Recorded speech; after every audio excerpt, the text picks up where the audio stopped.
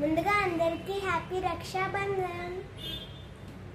నాకైతే సొంత బ్రదర్స్ లేరు, సో నేను కజిన్ బ్రదర్స్కి నా ఫ్రెండ్స్కి కట్టాను, పెద్ద అన్న తమ్ముడు వాళ్ళకి. అమ్మకి ఉన్నారు, నేను నాన్నకి కూడా కట్టాను. మా నాన్నకి అమ్మ వాళ్ళ నాన్నకి వాళ్ళ కజిన్ బ్రదర్స్కి ఓన్ బ్రదర్స్కి కట్టింది. సెలబ్రేట్ చేసుకున్నాము అండ్ ఎలా సెలబ్రేట్ చేసుకుంటారో కూడా చెప్తాను. ఓకేనా? Stay tune. నేను మా ఫ్రెండ్స్కి అండ్ కజిన్ బ్రదర్స్కి ఈ రాఖీ తీసుకొచ్చాను. వేరే ఇది తీసుకున్నామా కట్టామా లేదా కాదు, ఇది కట్టాలి మెయిన్గా, ఆరెంజ్. ఎందుకో తెలుసా? కాటన్ రాఖీ కాబట్టి. రాఖీ పండుగ ఎలా చేసుకున్నాము అని మీరు చూడాలని చాలా ఆతృతగా ఉన్నారు కదా. దానికి ముందు మనం అసలు రాఖీ పండుగ ఎందుకు చేసుకుంటాము అనేది కూడా తెలుసుకుందాం.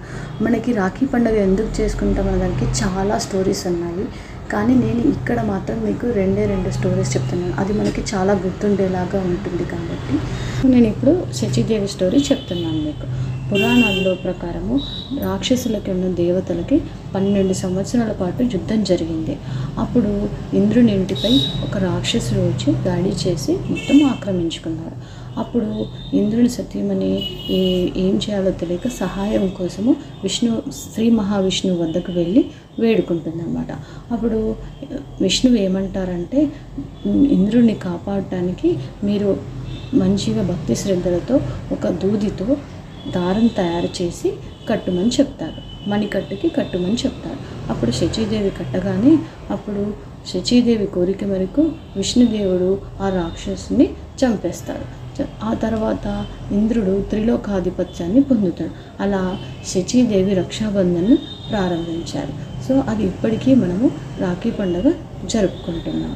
ఇప్పుడు నేను రెండో స్టోరీ చెప్పబోతున్నాను. ఎవరిది అంటే ద్రౌపదిను శ్రీకృష్ణుడు. మహాభారతం అనగానే మనకు గుర్తుకొచ్చేది ఎవరు? శ్రీకృష్ణుడు.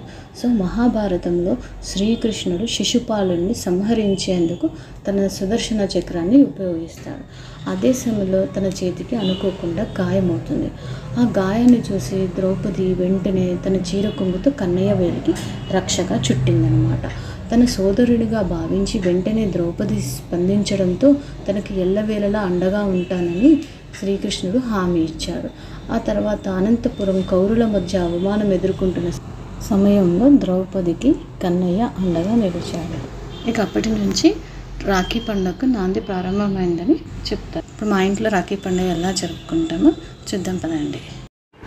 ముందుగా నుదుట బొట్టు పెట్టాలన్నమాట. అన్నయ్యకు కానీ లేకపోతే తమ్ముడికి కానీ పెట్టేసేసి దూది రాఖీ అనేది కట్టాలి.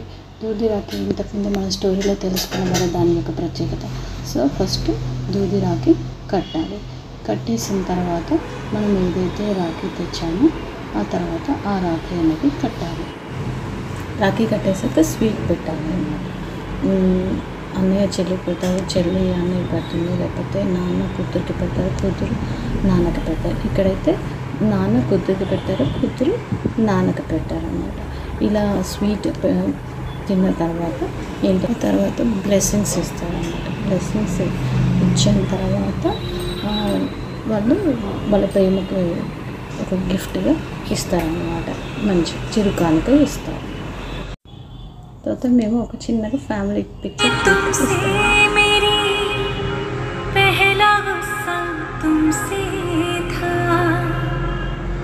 भाई मेरे बचपन का तो पूरा किस्सा तुमसे था,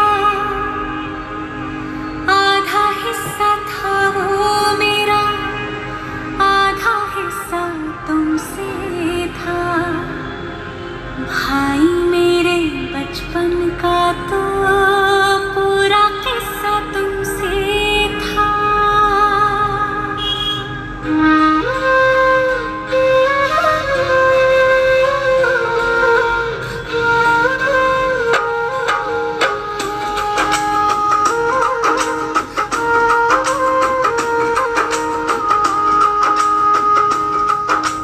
रक्षा बंधन वादा है